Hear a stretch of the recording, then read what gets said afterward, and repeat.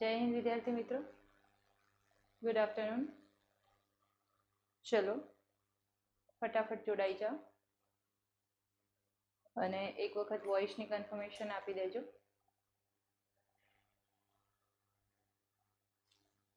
Okay, લાઈવમાં જોડાવાનું રાખો તમે લોકો, બરાબર? લાઈવમાં નથી જોડાતા અને આ તો આમ બી સન્ડે છે, ઠીક છે। ચલો, આપણે નદીતંત્ર જોયું હતું। નદીતંત્રની અંદર આપણે ઉત્તર ભારતનું નદીતંત્ર જોઈ લીધું હતું। ઉત્તર ભારતના નદીતંત્રમાં જે 3 નદીતંત્ર મેઇન હતા, ગંગા, સિંધુ, બ્રહ્મપુત્ર, એ જોયા હતા।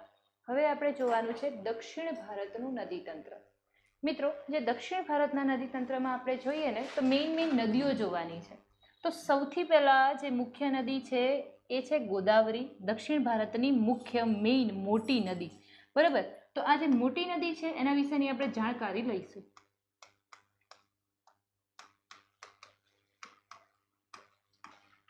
ગોદાવરીને કયા કયા નામથી ઓળખવામાં આવે છે, એની લંબાઈ શું છે? સૌથી પહેલા લંબાઈ જોઈએ, 1465 કિલોમીટર। નીકળે ક્યાંથી? ઉદ્ગમ સ્થાન ક્યાં છે એનું?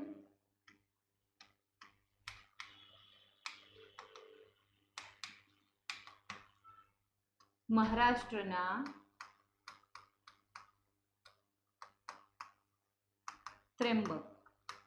ત્રંબકેશ્વર કહીએ છીએ ને, ત્રંબક, ત્યાંથી નીકળે છે।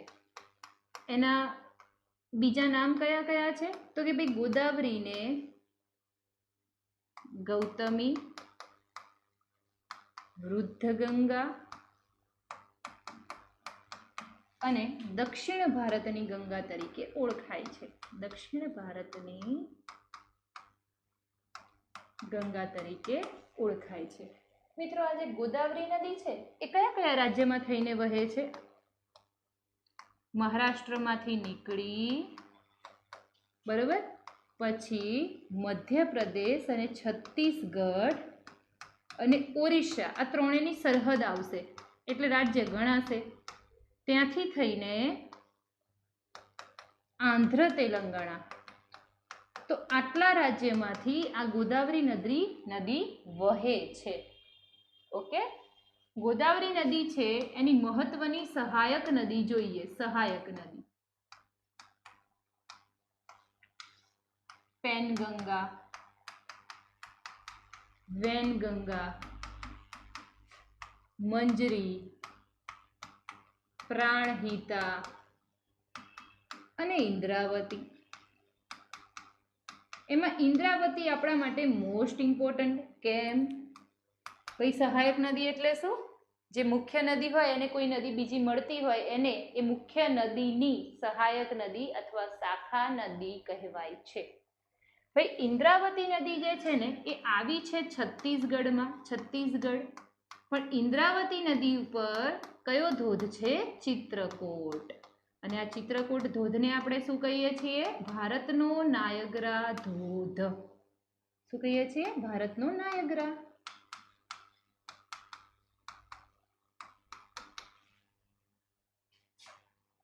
ગોદાવરી નદી પર જે બંધ આવેલા છે, આમ તો ઘણા બધા ડેમ છે, ઘણા બધા બંધ છે, પણ તમારે કયા યાદ રાખવાના છે?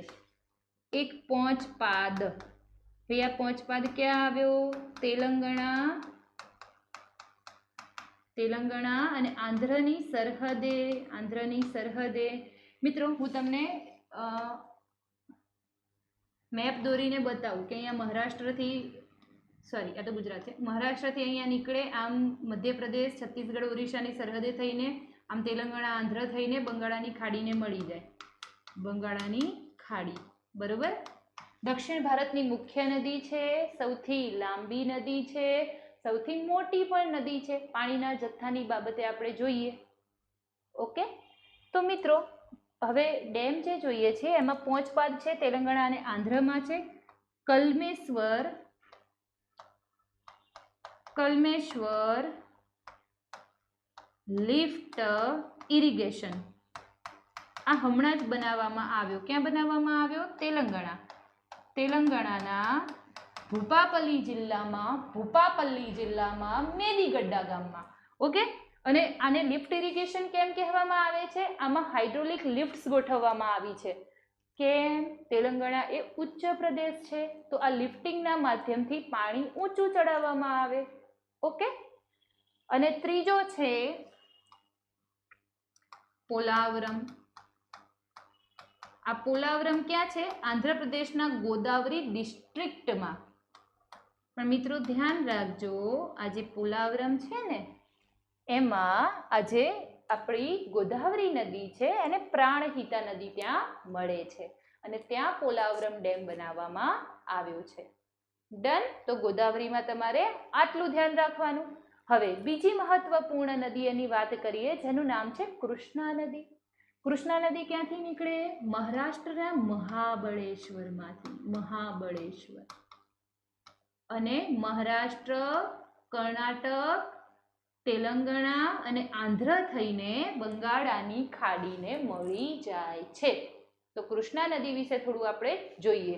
આ તમારે લખવું હોય તો તમે લખી લો અથવા પોઝ કરીને લખી લેજો. હું ખસી જાઉં છું અને તમારે પોઝ કરીને લખવાનું રહેશે, નોટ્સ બનાવવાની રહેશે. ચલો.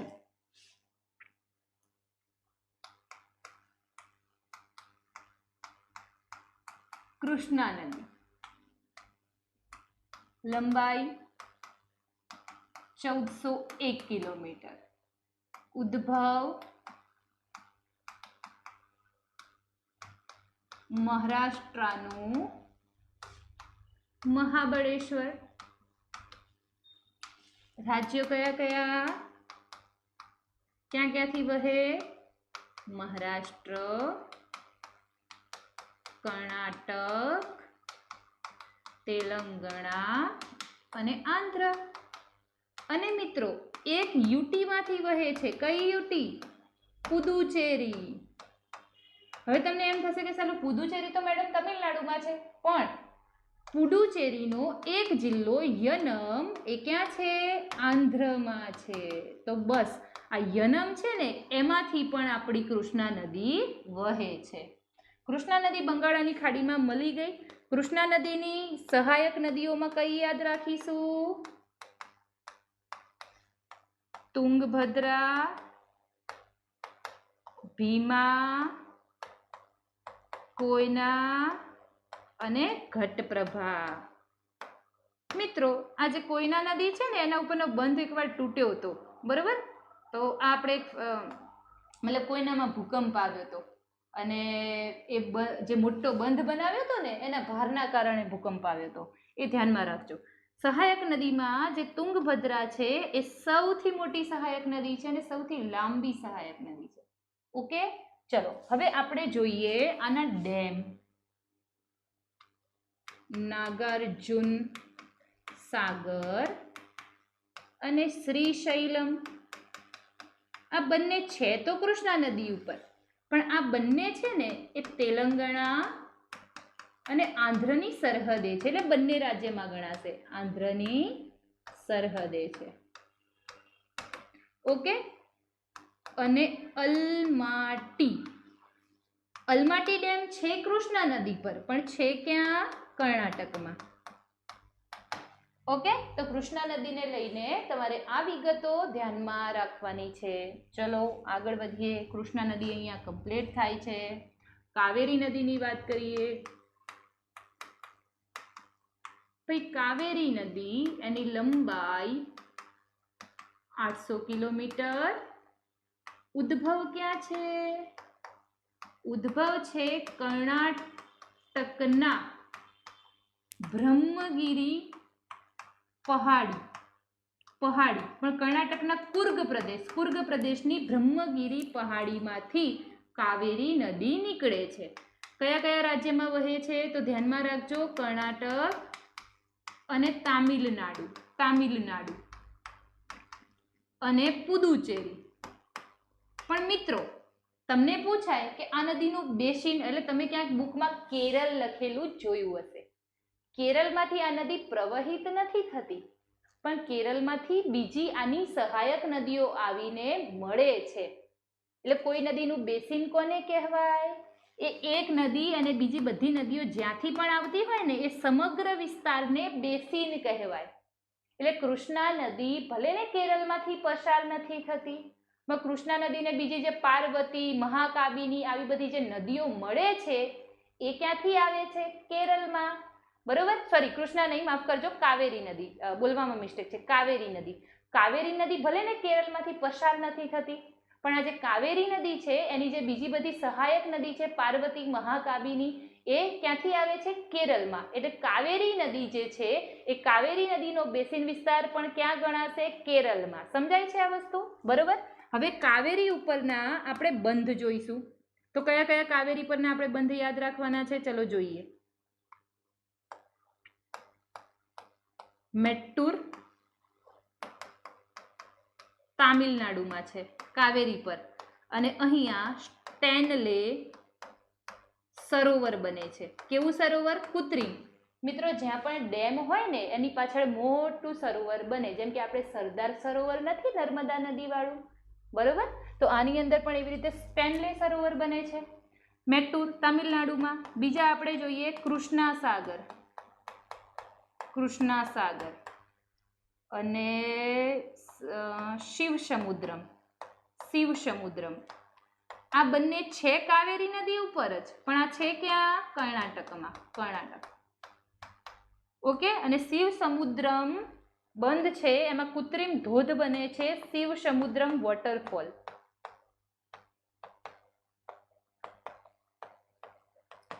ડન.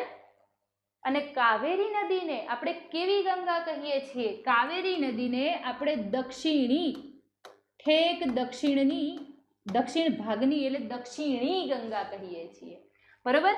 કાવેરી નદીને આપણે સદા નીરા પણ કહીએ છીએ. કેમ ભાઈ? કાવેરી નદીને અહીંયા નૈઋત્ય બાજુથી જે પવનનો મુખ્ય ચોમાસાનો વરસાદ આપે છે, ચોમાસાનો વરસાદ, એનું પણ પાણી મળે છે, અને પેલા પાછા ફરતા મોસમી પવનો જે અહીંયા કોરોમંડલના કિનારે વરસાદ આપે છે એનું પણ પાણી મળે છે. એટલે ઓલમોસ્ટ 8 મહિના તો વરસાદનું જ પાણી મળે છે, એટલે 12 મહિના આમાં પાણી સારું રહે છે, બરોબર? કાવેરી નદી ઉપર કયા કયા દેશો વચ્ચે વિવાદ ચાલતો હતો? કેરળ, તામિલનાડુ, કર્ણાટક અને યુનિયન ટેરેટરી પુદુચેરી. આ તમારે ધ્યાનમાં રાખવાનું છે. ઓકે, ચલો. 3 મુખ્ય નદી પતી. હવે બધી નાની મોટી નદીઓની આપણે વાત કરીએ મિત્રો. તો જો આ સાઈડ કર્ણાટકમાં એક નદી છે, એનું નામ છે માંડોવી. આ માંડોવી નદી કર્ણાટકમાંથી નીકળીને ગોવામાં જાય છે અને અરબ સાગરને મળે છે, અરબ સાગરને મળે છે. માંડોવીને મહાદાયિની પણ કહેવામાં આવે છે, મહાદાયિની. અને આ માંડોવી રિવર ઉપર કર્ણાટકમાં વ્રજપોહા નામનો વોટરફોલ છે, બરોબર? અને ગોવામાં કયો વોટરફોલ છે? દૂધસાગર. કયો છે? દૂધસાગર. તો યાદ રાખજો, માંડોવીને યાદ રાખજો. પછી ગોવામાં જે ઓલી સહ્યાદ્રીની પહાડીઓ છે ને એમાંથી જુવારી નદી નીકળે છે, અને આ જુવારી નદી ગોવાની સૌથી મોટી અને લાંબી નદી છે. અને જુવારી નદી એ ગોવાને મુર્મગાંવ બંદર આગળ, મુર્મગાંવ બંદર છે, પોર્ટ છે ગોવાનું, ત્યાં જુવારી નદી નદીમુખ બનાવે છે. મિત્રો ધ્યાન રાખજો, બહુ મોટી નદીઓ કાપ ત્રિકોણ આકારમાં પાથરે, જેને શું કહેવાય? મુખ ત્રિકોણ પ્રદેશ અથવા ડેલ્ટા. અને નાની નદીઓ કાપ સીધો પાથરે, એને શું કહેવાય? નદીમુખ. પશ્ચિમ ઘાટ તરફ અરબ સાગરને જેટલી પણ નદીઓ મળે છે એ બધી જ નદીમુખ બનાવે છે. શું બનાવે છે? નદીમુખ બનાવે છે.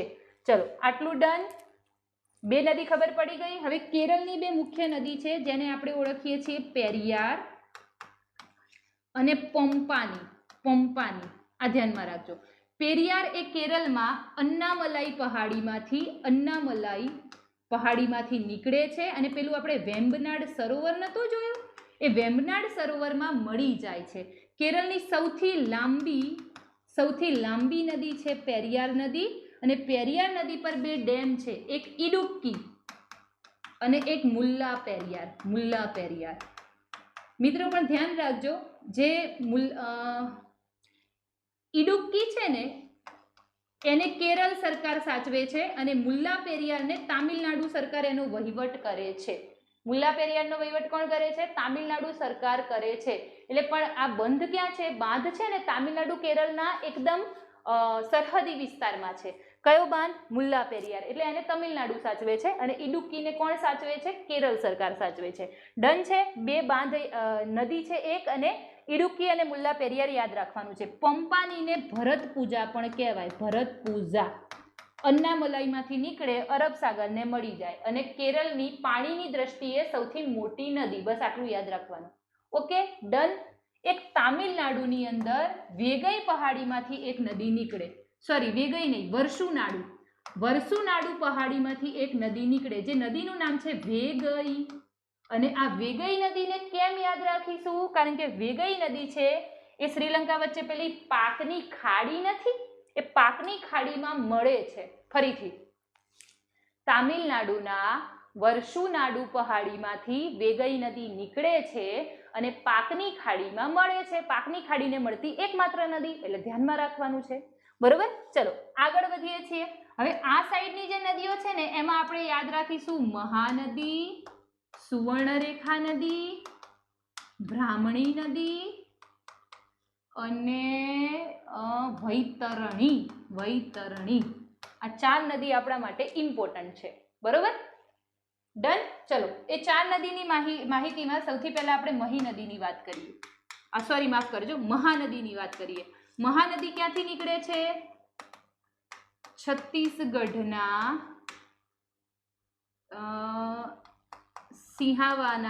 સિંહાવાના ડુંગરમાંથી, અને છત્તીસગઢથી ઓરિસ્સા થઈને પેલું બંદર નથી પારાદ્વીપ, આ પારાદ્વીપ છે ને ઓરિસ્સાનું બંદર છે, એના આગળ મહાનદી મળી જાય છે. બરોબર, ત્યાં મહાનદી મળી જાય છે. બરોબર, હવે મહાનદી જે છે ને મિત્રો, એના ઉપર હીરાકુંડ યોજના છે. હીરાકુંડ, અને હીરાકુંડ છે એ ભારતનો સૌથી લાંબો ડેમ છે. તમારું હોમવર્ક છે, તમારે આના હોમવર્કમાં શું સૌથી લાંબો એટલે કે કેટલા કિલોમીટર લાંબો, બરોબર, એ તમારે શોધવાનું છે. ખબર તો છે, મને કહી દઉં આમ તો. બરોબર, તમે શોધજો. ચલો હું કહી દઉં છું, 25 કિલોમીટર લાંબો છે. આ સૌથી લાંબો ડેમ છે હીરાકુંડ. બરોબર, અને આની જે લંબાઈ છે ને એ 752 કિલોમીટર જેવી છે મહાનદીની. ચલો હવે આપણે જોઈએ સુવર્ણરેખા. ભાઈ સુવર્ણરેખા આવે છે ઝારખંડમાંથી, ઝારખંડની પિસ્કા નગરીમાંથી સુવર્ણરેખા આવે છે. બરોબર, અને ઓરિસ્સામાં મળી જાય છે. બ્રાહ્મણી નદી છે ને એ ઝારખંડથી 2 નદી નીકળે છે, એક શંખ અને એક દક્ષિણ કોયલ. આ બંને નદી ઝારખંડમાંથી નીકળીને ઓરિસ્સાના રાઉરકેલામાં ભેગી થાય છે, અને કયા નામે ઓળખાય છે? બ્રાહ્મણી. અને આ બ્રાહ્મણી ઓરિસ્સામાં એક દ્વીપ છે, વ્હીલર દ્વીપ, આપણે જોયો હતો ને, એપીજે અબ્દુલ કલામ દ્વીપ, ત્યાં બ્રાહ્મણી પોતાનો ડેલ્ટા બનાવે છે.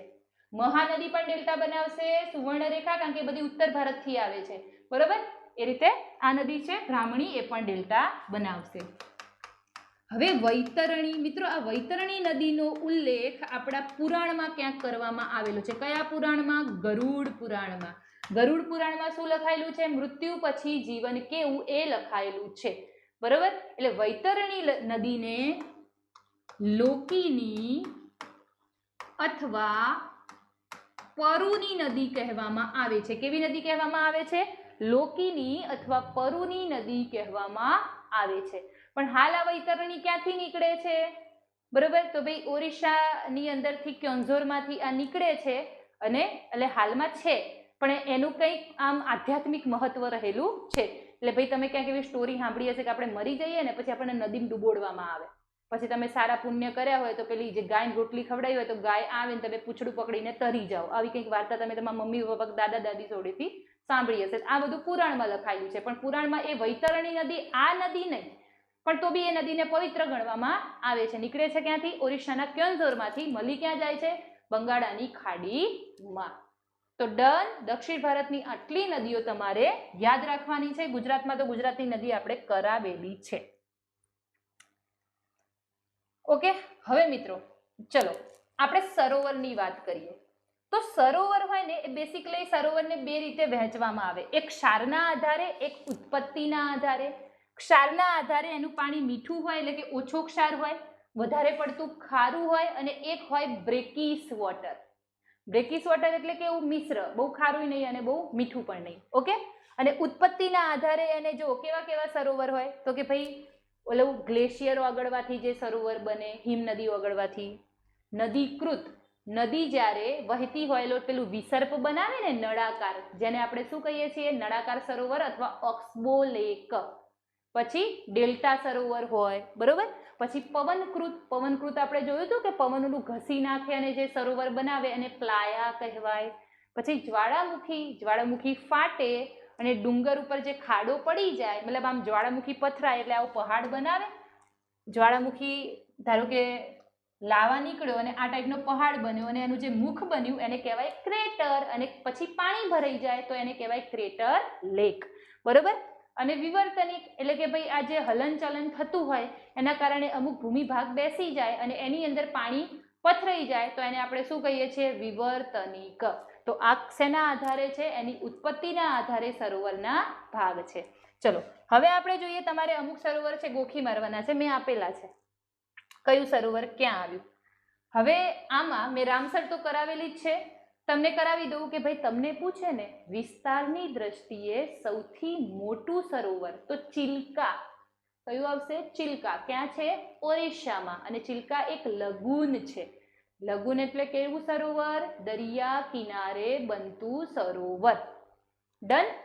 તમને પૂછે મીઠા પાણીનું સૌથી મોટું તો વુલર. વુલર ક્યાં છે, જમ્મુ કાશ્મીરમાં, શ્રીનગરની અંદર છે વુલર. શ્રીનગર સિટી વુલર લેકમાં વસેલું છે. અને વુલર એ શિકારા માટે જાણીતું છે, એની હોડીઓ માટે અને કરેવા પ્રકારની જમીન માટે. કરેવા એટલે કેવી જમીન, સરોવર દ્વારા બનેલી કાપની જમીન, બરોબર. સૌથી મોટું ખારા પાણીનું પૂછે તો કયું આવશે, સાંભર આવશે. સાંભર ક્યાં છે, રાજસ્થાનમાં છે. સૌથી લાંબુ સરોવર પૂછે તો કયું આવશે, વેમ્બનાડ આવશે. વેમ્બનાડ ક્યાં છે, કેરળમાં. કેટલું લાંબુ છે, 96 કિલોમીટર. ઓકે. આ બધા તમે, આ હું બોલતી નથી, તમારે ગોખી મારવાના છે, પીપીટી તમને મળી જશે. બીજી વસ્તુ, ભાઈ આપણા હિન્દુ ધર્મમાં જે પવિત્ર 5 સરોવરનો ઉલ્લેખ કરવામાં આવ્યો છે એ કયા સરોવર, તો એક માન સરોવર, ક્યાં આવ્યું, તિબેટમાં. બીજું પુષ્કર સરોવર, ક્યાં આવ્યું, તો કે ભાઈ આપણે રાજસ્થાનની અંદર. ત્રીજું છે બિંદુ સરોવર, ક્યાં આવ્યું, ગુજરાતના સિદ્ધપુરમાં. ચોથું છે નારાયણ સરોવર, ક્યાં આવ્યું, કચ્છમાં. અને પાંચમું છે પંપા સરોવર, ક્યાં આવ્યું, કર્ણાટકમાં. આ 5 સરોવરમાં ધાર્મિક માન્યતા જોડાયેલી છે. માન સરોવર પાછળ ભગવાન શિવ, પુષ્કર પાછળ ભગવાન બ્રહ્મા. કહેવાય છે કે બ્રહ્માજીએ જ્યારે સૃષ્ટિનું સર્જન કર્યું ત્યારે આ જગ્યા ઉપર એમનું કમળ પડ્યું હોય છે, એટલે પુષ્કર. પછી બિંદુ સરોવર, બિંદુ સરોવર માટે કહેવાય છે કે કપિલ મુનિ અને પરશુરામ એમને એમના માતાનું શ્રાદ્ધ કર્યું હોય છે, બરોબર.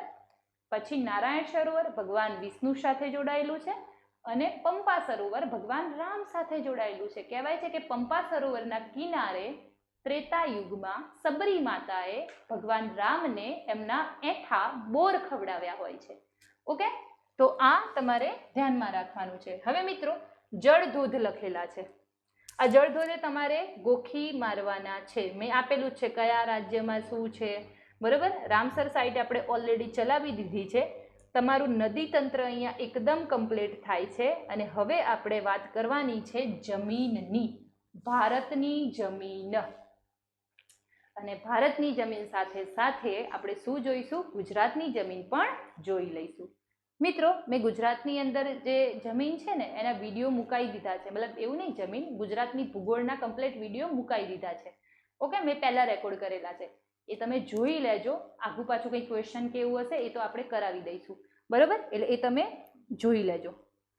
અને કલ્ચરના બી અમુક રેકોર્ડ થયેલા છે એ હું મુકાવી દઉં છું, એટલે તમારે શું ટાઈમ એટલો ના બગડે. આપણે જે મેક્સિમમ છે ને તમે રીડિંગ કરતા થઈ જાઓ, ઠીક છે. ચલો હવે આપણે જોઈએ છીએ મિત્રો ભારતની જમીન. તો પહેલા તો જમીન કોને કહેવાય, તો જમીન બને કેવી રીતે, તો હું તમને જણાવું. જમીન છે ને એ આ રીતે જમીન નિર્માણમાં કઈ કઈ વસ્તુ ભાગ ભજવે. એક તો રેગોલિથ હોય, રેગોલિથ કેટલા ટકા હોય, 45%. પછી હવા એટલે કે વાયુ કેટલા ટકા હોય? 25%. પાણી કેટલા ટકા હોય? 25%. અને બીજું હોય હ્યુમસ. હ્યુમસ એટલે સેન્દ્રિય પદાર્થ કેટલા ટકા હોય? 5%. અને આ 4 પદાર્થો મળીને શું બને છે? જમીન બને છે. રેગોલિક એટલે શું? રેગોલિક એટલે ખડકના ટુકડા. આપણા પૃથ્વી ઉપર આપણે જે ઉપરનો ભાગ જોઈએ છીએ, હવે જુઓ ખડક એટલે શું? મિત્રો, તમે કોઈ પર્વતમાં ગયા અને તમે આમ જોવો છો કે ભાઈ ગિરનાર, તો બહારથી તમને દેખાય છે તો કે આ પર્વત છે, પણ એ ગિરનારની અંદરના જે પથ્થરો છે, મૂળભૂત વસ્તુ છે, એને ખડક કહેવાય. એટલે કોઈ પણ ભૂમિ આકાર એની અંદર જે વસ્તુ હોય એને આપણે શું કહીએ છીએ? ખડક કહીએ છીએ. ખડક શેના બને? ખનીજના બને. અને ખનીજ શેના બને? તત્વોના બને. બરોબર? ચલો, તો ભાઈ ખડકો ઘસારણથી જે ભૂકો બને ને એને રેગોલિથ કહેવાય. આ રેગોલિથ એની અંદર પાણી અને વાયુ અને સેન્દ્રિય પદાર્થ મિશ્રિત થાય એટલે એમાંથી શેનું નિર્માણ થાય? જમીનનું નિર્માણ થાય. ડન? તો ભાઈ આ જે જમીન છે એ જમીન માટે વર્લ્ડ સોઇલ ડે ઉજવવામાં આવે છે. વિશ્વ જમીન દિવસ. આ વિશ્વ જમીન દિવસ ક્યારે ઉજવવામાં આવે છે? 5 ડિસેમ્બરના રોજ. ક્યારે? ધ્યાનમાં રાખવાનું છે, 5 ડિસેમ્બરના રોજ વિશ્વ જમીન દિવસ ઉજવવામાં આવે છે. બરોબર? હવે મિત્રો, ભારતની અંદર કુલ કેટલી જમીન છે? તો જુઓ, ભારતની અંદર જે સામાન્ય વર્ગીકરણ કરવામાં આવે છે ને જમીનનું, હવે આ ધ્યાન રાખજો, આને ડિફરન્શિએટ કરજો. સામાન્ય રીતે ભારતની જમીનને 6 ભાગમાં વહેંચવામાં આવી છે, પણ ભારતીય કૃષિ પરિષદ એક સંસ્થા છે, Indian council of agriculture research. આ સંસ્થા દ્વારા ભારતની જમીનને 8 ભાગમાં વહેંચવામાં આવી છે. પણ સૌથી પહેલા સિમ્પલ વર્ગીકરણ જોઈએ. તો સાદા વર્ગીકરણની અંદર આ રીતે છે. પહેલી જમીન કાપની, બીજી કાળી, ત્રીજી લાલ, ચોથી પડખાઉ, આ લખી કાઢજો, પડખાઉ, પાંચમી શુષ્ક અને છઠ્ઠી છે જંગલ અને પર્વતીય. જંગલ અને પર્વતીય. બરોબર? એટલે આમાં ક્રોનોલોજી ગોખવાની. ક્રોનોલોજી એટલે ઉતરતા ક્રમમાં તમારે આમાં ગોખવાનું છે. ઓકે? હવે જુઓ, પેલી જે સંસ્થા છે ને મિત્રો, એ સંસ્થાએ જે જમીનના ભાગ પાડ્યા ને એ 8 ભાગ પાડ્યા છે. જો આવી રીતે. કઈ સંસ્થા છે? ICAR. આ પૂછાય તમને કે ભાઈ ઇન્ડિયન કાઉન્સિલ એગ્રીકલ્ચર રિસર્ચ એટલે ભારતીય કૃષિ સંશોધન પરિષદ, એના દ્વારા ભારતની જમીનના કેટલા ભાગ? તો 8 ભાગ. આંકડો બી પૂછાય. અને આમાં જુઓ, પહેલા કાપ છે, પછી રાતી છે, પહેલામાં અલગ હતું ને, બીજા નંબરની કાળી હતી, આમાં ત્રીજી કાળી છે, પછી લેટેરાઇટ છે, પછી રણ પ્રકારની છે, પછી પર્વતીય છે, જંગલ પ્રકારની છે અને પીટ પ્રકારની, દલદલ પ્રકારની છે. તો 8 તમારે ગોખી મારવાના છે. હવે તમને આમાંથી બહુ ઝાઝું એટલું પૂછાતું નથી. બરોબર? હવે જો અમુક ટ્રિક્સ કરાવડાવું તમને. સૌથી પહેલા ભાઈ પીએચ. આ જમીન છે ને એને પીએચની દ્રષ્ટિએ તટસ્થ જમીનમાં પીએચ 7 હોય. 7 થી ઓછી પીએચ વાળી જમીન હોય તો એને એસિડિક જમીન કહેવાય, એસિડનો ગુણધર્મ ધરાવતી. અને 7 થી વધારે પીએચ વાળી જમીન હોય તો એને કેવી જમીન કહેવાય? ક્ષારીય જમીન. ક્ષાર ઓછો કરવા માટે જમીનમાં શું ઉમેરવું પડે? જીપ્સમ અથવા પાયરાઇટ. ફરીથી બોલું છું, ક્ષાર ઓછો કરવા જમીનમાં જીપ્સમ અથવા પાયરાઇટ ઉમેરવા પડે. ઓકે? ડન આટલું? હવે એસિડ ઓછું કરવા ચૂનાનો પથ્થર ઉમેરવો પડે. આ તમારે ધ્યાનમાં રાખવાનું છે. બરોબર? ભારતની મોટા ભાગની જમીનની અંદર આપણે જોઈએ છીએ હ્યુમસ એટલે કે સેન્દ્રિય પદાર્થ ઓછા છે, એક નાઇટ્રોજન ઓછો છે અને એક ફોસ્ફરસ ઓછું છે. બરોબર? એક આ યાદ રાખવાનું. હવે આ 8 જમીનમાંથી કઈ એસિડિક છે અને કઈ ક્ષારીય છે એ આપણે જોઈએ. તો મિત્રો, કાપની જમીન છે ને, હવે જો કાપની જમીન તો બધે, હવે આ વસ્તુ બી ધ્યાનમાં રાખજો કે ભારતમાં સૌથી વધારે જમીન કઈ છે? કાપની. દરિયા કિનારો હોય એટલે ભારતમાં મેદાન જોયા હતા ને પેલા ખદર, બાંગર, એ બધા, એટલે ઓલમોસ્ટ 43% વધારે જમીન કઈ છે? કાપની જમીન છે. હવે કાપની જમીન જ્યારે ઉપરથી પેલા ખડકોને તોડીને લાવે, એટલે જે હિમાલય વાળા ને એ બધા ખડકો છે એ બધા કેવા છે? તો કે ભાઈ જે તે સમયે અગ્નિકૃત અને રૂપાંતરિત વાળા બનેલા છે, એટલે એમાં એસિડ વધારે હોય. બરોબર? એટલે આ જમીન ઉપરના ભાગમાં એસિડિક હોય અને દરિયા કિનારે પેલો ક્ષાર અડ્યો હોય એટલે ક્ષારીય હોય. એટલે કાપની જમીન એસિડિક અને ક્ષારીય બંને હોય. રાતી અથવા લાલ જમીન કેવી હોય? એસિડિક. કેમ એસિડિક? કારણ કે આનો જે પથ્થર હોય ને એ પેલો અગ્નિકૃત ઘસાવાથી બનેલો હોય, બરાબર. પછી કાળી જમીન કેવી હોય? ઓબ્વિયસલી એસિડિક હશે. લેટેરાઇટ બી કેવી હશે? એસિડિક. લેટેરાઇટ એટલે કેવી? પડખાવું, વરસાદ વધારે પડે અને ધોવાણ થઈ જાય. હવે ધોવાણ થાય અને બધું એમાં કેવું હોય? બધા ખનિજો અંદર ઉતરી જાય, ઉપર લોખંડ અને એલ્યુમિનિયમ રહે, તો લોખંડ કેવું હોય? એસિડિક હોય. એટલે આ જમીન છે એસિડિક છે. રણ પ્રકારની જમીન, હવે રણ પ્રકારની જમીનમાં વરસાદ વધારે થતો નથી, ત્યાં શું થાય? બાષ્પીભવન થાય, એટલે જમીનના નીચેના ક્ષાર ઉપર આવે, એટલે આ જમીન કેવી છે? આ જમીન ક્ષારીય છે. પર્વતીય જમીન, એનું બી ધોવાણ થયેલું હોય એટલે એસિડિક હોય. જંગલ પ્રકારની જમીન, જંગલ પ્રકારમાં સેન્દ્રિય પદાર્થ ખૂબ જ વધારે હોય એટલે એ પણ એસિડિક હોય. અને પીટ અથવા દલદલ પ્રકારની જમીન છે એ એસિડિક પણ હોય અને ક્ષારીય પણ હોય, બરોબર. આ વસ્તુ તમારે ધ્યાનમાં રાખવાની છે. ચલો, આટલું સમજાઈ ગયું? ચલો, આટલું ડન છે. હવે એની અંદર તત્વો કયા છે, કઈ જમીન વધારે જોવા મળે છે, કેમ એનો કલર લાલ હોય છે, આ બધી વસ્તુ આપણે જોઈ લઈએ. ટોટલ આનું વર્ગીકરણ કરી લઈએ. પણ મિત્રો, આ જમીન ભારતમાં ભલે 8 પ્રકાર પાડ્યા, પણ જમીનને ગુણધર્મના આધારે 2 રીતે વહેંચવામાં આવે છે. કઈ રીતે 2 રીતે? એક ક્ષેત્રીય અને એક બિન ક્ષેત્રીય. ક્ષેત્રીય એટલે કેવી? કોઈ ખડક એ જ જગ્યાએ ઘસાય અને ત્યાં જ પથરાઈને જમીન બને તો એને ક્ષેત્રીય કહેવાય. તો ક્ષેત્રીયમાં કઈ આવશે? રાતી છે, કાળી છે. બિન ક્ષેત્રીય એટલે કોઈ ખડક ઘસાય છે પણ પરિબળ દ્વારા ઘસાઈને બીજી જગ્યાએ એનો કાપ પહોંચે છે. તો આજે કાપની જમીન છે, રેતાળ જમીન છે, એ એનું મુખ્ય ખડક છે ને એ એનાથી દૂર હશે અને ઘસાઈને બીજી જગ્યાએ પેલું ઉડી ઉડીને ગયું હશે, તો એ બધી બિન ક્ષેત્રીય જમીન છે, બરોબર. ડન. જમીન બનવા પાછળ કયા કયા પરિબળો જવાબદાર હોય? એક તો ખડક, કારણ કે પેલો રેગોલિત શેમાંથી બને? ખડકમાંથી. બીજું આબોહવા, બરોબર, કારણ કે આબોહવા હશે તો જમીનનો એનો કલર નક્કી થશે. પછી એની અંદરની વનસ્પતિ, એની અંદરના જીવ છે, પછી ઢાળ છે. આ બધી વસ્તુ શેમાં અસર કરે છે? જમીન નિર્માણની પ્રક્રિયામાં અસર કરે છે, બરોબર. ચલો આગળ વધીએ. ભાઈ, કાપની જમીન એ સૌથી વધારે હોય છે. આમાં નાઇટ્રોજન અને હ્યુમસની માત્રા કેવી હોય છે? ઓછી હોય છે. અને આની અંદર આપણને પોટાશ, ફોસ્ફરિક એસિડ અને ચૂનાનું પ્રમાણ વધારે જોવા મળે છે. કાપની જમીન સૌથી વધારે ફળદ્રુપ ગણવામાં આવે છે, બરોબર. તો આ ધ્યાનમાં રાખવાનું છે. ચલો, રાતી અથવા લાલ જમીન. હવે ભાઈ, આનો લાલ કલર કેમ દેખાય? આમાં લોખંડ હોય અને લોખંડમાં ઓક્સિડેશનની પ્રક્રિયા થયેલી હોય, એટલે તમને ઓપ્શન દેખાય ને, આયર્ન ઓક્સાઇડ ઓર ફેરસ ઓક્સાઇડ. આનો લાલ કલર કેમ દેખાય? એમાં રહેલા આયર્ન ઓક્સાઇડ અથવા ફેરસ ઓક્સાઇડના કારણે આનો લાલ કલર દેખાય છે. આ લાલ અથવા પીળી દેખાય આપણને, બરોબર. કારણ કે એની અંદર લોખંડનું કયું, મતલબ કે લોખંડનું કયું કાચી ધાતુ એડ છે ને એના ઉપર આ ડિપેન્ડ કરે છે. ઓકે, ચલો. આ જમીનમાં ચૂનો, કાંકરા, કાર્બોનેટ મળી આવતા નથી અને આ જમીનમાં મેગ્નેશિયમ, ફોસ્ફેટ, નાઇટ્રોજન અને પોટાશ છે એની પણ આપણને ઉણપ જોવા મળે છે, બરોબર.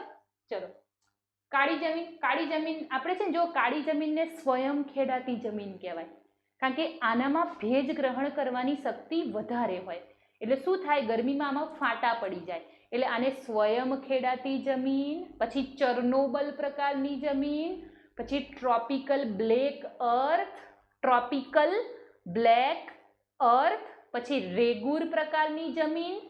અને ઉત્તર પ્રદેશમાં આ કાળી જમીનને કરેલ કહેવાય. શું કહેવાય? કરેલ. આ લખી કાઢજો, હો ને, બરોબર. જો કાળી જમીન છે એ કયો ખડક ઘસાવાથી બને? બેસાલ્ટ પ્રકારનો. તો ભાઈ, આપણે બેસાલ્ટ ક્યાં ક્યાં હતો? પેલી ડેક્કન ટ્રેપના ઉચ્ચ પ્રદેશમાં, એટલે ગુજરાતમાં એ કાળી જમીન જોવા મળે ને.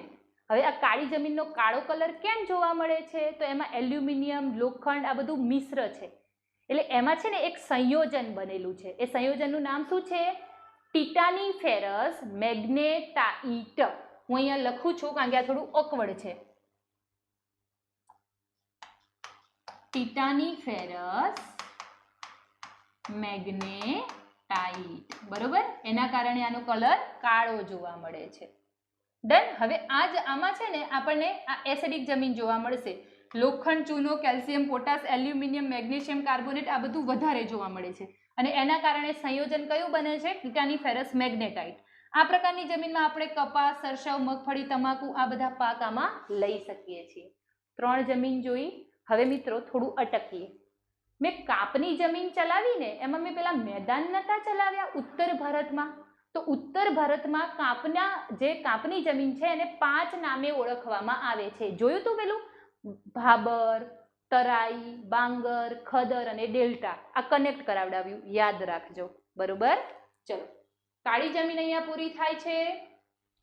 હવે આપણે જોઈએ લેટેરાઇટ અથવા પડખાઉ. આ જમીન લેટિન ભાષાના શબ્દ લેટર ઉપરથી બનેલી, મતલબ કે લેટેરાઇટ નામ કેવી રીતે પડ્યું? લેટર શબ્દ ઉપરથી. એનો મતલબ થાય ઈંટ. આ જમીન છે ને સૂકી થાય ને એટલે કઠણ થઈ જાય અને ભીની થાય ને એટલે ઢીલી થઈ જાય. આ પડખાઉ જમીન છે, જે જગ્યા પર વરસાદ વધારે જોવા મળતો હોય ત્યાં આપણને પડખાઉ જમીન વધારે જોવા મળે. આમાં બી આયર્ન ઓક્સાઇડના કારણે, ફેરસ ઓક્સાઇડ અથવા આયર્ન ઓક્સાઇડના કારણે જમીનનો કલર લાલ જોવા મળે. બરાબર? અહીંયા લોખંડ, પોટાશ અને એલ્યુમિનિયમનું પ્રમાણ આપણને વધારે જોવા મળે છે. અને અહીંયા આપણે કપાસ, ડાંગર, રાગી, શેરડી, ચા, કોફી વગેરેની ખેતી કરીએ છીએ. ડન? ચલો, રણ પ્રકારની જમીન. આ જમીન સૂકી અને અર્ધ સૂકી હોય છે. આમાં કેવું? નાઇટ્રોજન, હ્યુમસ ને ફોસ્ફરસ તો હોતા જ નથી. અલગ અલગ પ્રકારના ક્ષાર હોય છે. અને આ રણ પ્રકારની જમીન આપણને કયા રાજ્યમાં જોવા મળે મિત્રો? હું છેલ્લે કરાવું છું કે આ બધી જમીન ક્યાં ક્યાં જોવા મળે. રાજસ્થાન, હરિયાણા, ગુજરાત, પંજાબ, પછી મહારાષ્ટ્રનું વિદર્ભ ક્ષેત્ર. એટલે રણ એટલે એવું નહીં કે રેતીવાળું 25 સેન્ટીમીટરથી ઓછો વરસાદ પડતો હોય એ બધાને રણ કહેવાય. બરોબર? ચલો, પર્વતીય જમીન. તો આપણે પર્વતો ક્યાં ક્યાં છે? હિમાલયવાળી રેન્જ, પૂર્વોત્તર ભારત છે, નીચે પશ્ચિમ ઘાટ, પૂર્વ ઘાટ, આ બધી જગ્યાએ પર્વત છે. તો એ પર્વતના ઉપરના ભાગે આપણને કેવી જમીન જોવા મળે છે? પર્વતીય. પણ મોસ્ટલી પર્વતીય જમીન છે ને એ બને ક્યાં? જે જગ્યાએ પર્વત 3000 મીટર કરતાં ઊંચા હોય એ જગ્યાએ આપણને પર્વતીય જમીન ખાસ જોવા મળે. પણ આપણને પશ્ચિમ અને પૂર્વ ઘાટમાં ઠેક ઊંચાઈ ઉપર જોવા મળે, એટલે સાવ ટોચે. અને એ કેવી હોય? અપરિપક્વ હોય. કેમ? એનું છે ને ઊંચાઈ ઉપર હોય ને એટલે ટેમ્પરેચર ઘટી જાય. એટલે ટેમ્પરેચર ઘટી જાય ને એટલે વિઘટકો સરખી રીતે કામ ના કરે. એટલે જમીન નિર્માણની પ્રક્રિયા એકદમ ધીમી બની જાય. એટલે આ કેવી હોય? અપરિપક્વ અને એસિડિક હોય. આમાં બી તમને લોખંડ છે, એલ્યુમિનિયમ છે, ચૂનો છે, આની માત્રા તમને જોવા મળે. બરોબર? ચલો, જંગલ પ્રકારની જમીન. તો જંગલ પ્રકારની જમીન જે છે એ આપણને ઓલમોસ્ટ ક્યાં જોવા મળે? તો જ્યાં આપણને જંગલો, વૃક્ષો જોવા મળે છે ત્યાં આપણને જંગલ પ્રકારની જમીન જોવા મળે. બરાબર? તમારે જીસીઆરટી અને એનસીઆરટીમાં એવું આપેલું છે કે પર્વતીય અને જંગલની બુક છે ને એને આમ પર્વતીય અને જંગલ પ્રકારની જમીન છે ને એક જ પ્રકારની આમ તો કહેવાય. 3000 મીટરથી ઊંચા જે જંગલ જોવા મળે ત્યાં. પણ એવું નહીં, વિષુવવૃત્ત આગળ ક્યાં એવી રીતે જોવા મળે છે? તો વિષુવવૃત્ત એ જંગલ પ્રકારની જમીન તો છે જ. બરાબર? તો જ્યાં આપણને જંગલો જોવા મળે છે અને એના કારણે બધા પાંદડા ને ઓલું એકદમ પથરાઈ ગયું હોય સેન્દ્રિય પદાર્થ ને એવી જે જમીન હોય એને આપણે શું કહીએ? જંગલ પ્રકારની. કાળી હોય. કેમ? સેન્દ્રિય પદાર્થના કારણે. એસિડિક હોય આ. બરોબર? ચલો, આમાં થોડું ઘણું નાઇટ્રોજનનું પ્રમાણ આપણને જોવા મળે છે. અને દલદલીય કે પીટ એટલે કાદવ કીચડવાળી જમીન. આ ક્યાં જોવા મળે? ડેલ્ટામાં. એટલે ખાસ આપણને સુંદરવનમાં, ગુજરાતના ભાગ છે ને એમાં પણ દલદલીય, જેમ કે ક્રીક ને બધું નથી ત્યાં પણ જોવા મળે છે. અને ઉત્તરાખંડમાં અલમોડામાં પણ જોવા મળે છે. આમાં એસિડ અને ક્ષારીય બંને હોય. અને આમાં આપણને લોહ તત્વનું ભાગ વધારે જોવા મળે છે. બરોબર? તો આ વસ્તુ તમારે દલદલીય પીટની અંદર ધ્યાનમાં રાખવાની છે. હવે મિત્રો હું તમને 8 જે છે એ તમને બતાવી દઉં કે ક્યાં ક્યાં કયા કયા રાજ્યમાં પડશે. આ ગોખવાનું નથી અને ટેકનિકલ યાદ રાખવાનું છે. ભાઈ કાપની જે જમીન છે ને મિત્રો એટલે મોસ્ટલી બધા જ રાજ્યમાં, કારણ કે નદીઓ બધે હોય અને કાપ બધે હોય. જે કાળી જમીન છે, રાતી જમીન છે ને એ ક્યાં? તો અહીંયા ઉત્તર પ્રદેશ, આ રાજસ્થાન વાળું ક્ષેત્ર અને દક્ષિણ ભારત. કારણ કે એ દક્ષિણ ભારતમાં આપણે જોયું ને કે બહુ જૂના સમયનો ભાગ છે દ્વીપકલ્પ. તો એમાં અગ્નિકૃત ખડકો છે અને એમાંથી બધું લાલ ભાગ બનેલા હોય, એટલે કે લાલ માટી બનેલી હોય. બરોબર? પછી આપણે જોઈએ રાતી જોઈ કાળી જમીન, જ્યાં જ્યાં ડેક્કન ટ્રેપ હતી એટલે મહારાષ્ટ્ર, માળવા, ગુજરાતનો સૌરાષ્ટ્ર અને દક્ષિણ ગુજરાત, તામિલનાડુ, આ બધી જગ્યાએ આપણને કેવું જોવા મળશે? કાળી જમીન. લેટરાઇટ, જ્યાં વરસાદ વધારે પડે છે. પૂર્વોત્તર ભારત, પશ્ચિમ ઘાટ ને પૂર્વ ઘાટ. બરોબર? રણ પ્રકારની તો મેં આગળ જ કહી દીધું, રાજસ્થાન, પંજાબ, હરિયાણા અને ગુજરાત અને મહારાષ્ટ્રના અમુક ક્ષેત્રો. બરોબર? પછી પર્વતીય પ્રકારની જમીન, જ્યાં પર્વતો છે. જંગલ પ્રકારની તો જ્યાં જંગલો છે, પર્વત છે ત્યાં જંગલ છે. તો આ બંનેને આમ તો અલગ ના પાડી શકાય. બરોબર? અને દલદલ અને પીટ પ્રકારની સુંદરવન, ડેલ્ટા, ગુજરાત, ઉત્તરાખંડ, તામિલનાડુ આ જગ્યા ઉપર આપણને આ પ્રકારની જમીન જોવા મળે છે. બરાબર. હવે મિત્રો જુઓ, જમીન ઉપર ઘણી બધી સમસ્યા જોવા મળે. એટલે જમીનમાં આપણે મોસ્ટલી ભારતમાં જમીન ઉપર કઈ કઈ સમસ્યા જોવા મળે છે? એક તો એની ફળદ્રુપતા ઘટવી, જમીનમાં ક્ષાર વધવો, જમીનમાં પાણીનો ભરાવો થઈ જવો, જમીનમાં રણ વધવું. બરાબર. એટલે કે ભાઈ જમીનમાં આપણે ડેઝર્ટ છે તો અત્યારે ડેઝર્ટ કચ્છમાં છે પણ ધીમે ધીમે બનાસકાંઠાને એ બધું રેતી આગળ વધી રહી છે તો રણ વધવું. આ બધી અનેક સમસ્યાઓથી જમીન પીડાય છે. તો આના માટે આપણે કેવા કેવા કામ કરવા જોઈએ? તો પહેલાં તો વૃક્ષારોપણ કરો, પછી ખેડૂતો છે એને પણ વૃક્ષારોપણ માટે અથવા સમાજને પણ જાગૃત કરો. બરાબર. પછી જમીનની ફળદ્રુપતા વધારો, પછી જમીન ધોવાણ ઘટે એના માટેના કામ કરો, એટલે બાંધ બાંધવાને એવી બધી વસ્તુઓ કરો. બરાબર. પછી જે ખેતી છે એમાં જૈવિક સેન્દ્રિય ખાતરો વાપરો. તો આ બધી વસ્તુ કરવાથી આપણે શું કરી શકીએ છીએ?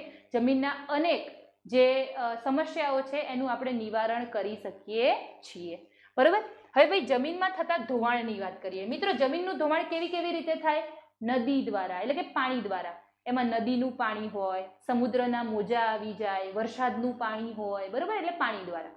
પવન દ્વારા ધોવાણ થાય. પછી ભૂસ્ખલન દ્વારા કોઈ મોટો ભાગ પડી જાય તો પણ થાય.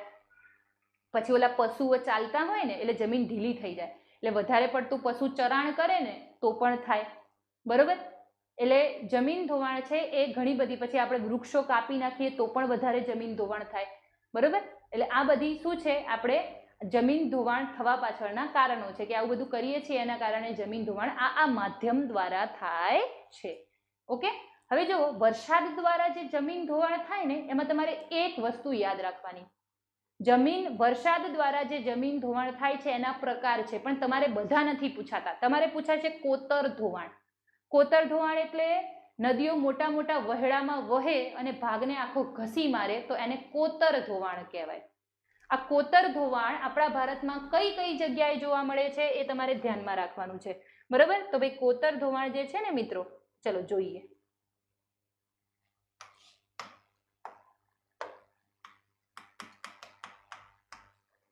કોતર ધોવાણ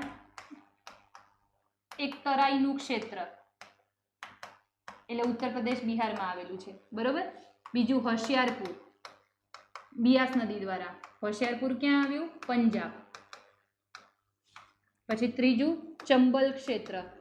આ ચંબલનું ધોવાણ ક્યાં થયું છે? ચંબલ નદીનું મધ્યપ્રદેશ, યુપી અને રાજસ્થાન. પછી ખંભાતનું ક્ષેત્ર ગુજરાત અને આપણને છે ને ઝારખંડમાં બી જોવા મળે છે. ઝારખંડમાં પારસનાથ પહાડીનું ક્ષેત્ર. આ પારસનાથ પહાડી કઈ વિંધ્યન શ્રેણીનો ભાગ હતી અને ઝારખંડના ઉચ્ચ પ્રદેશમાં આવેલી હતી, જ્યાં જૈનોના 20 તીર્થંકરોએ સમાધિ લીધેલી છે, જેને સંમેદ શિખર પણ કહેવામાં આવે છે. બરોબર. તો જમીનના મુદ્દામાં તમારે આટલી વસ્તુ ધ્યાન રાખવાની છે. હવે હું તમને ગુજરાતની જમીન કરાવડાવી દઉં. ભાઈ ગુજરાતની જમીન છે એમાં એક સંસ્થા છે અખિલ ભારતીય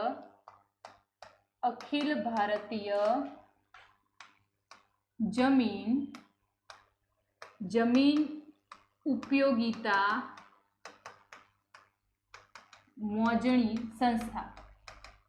હવે ભારતની જમીનને પેલી ICAR 8 ભાગમાં વહેંચી હતી.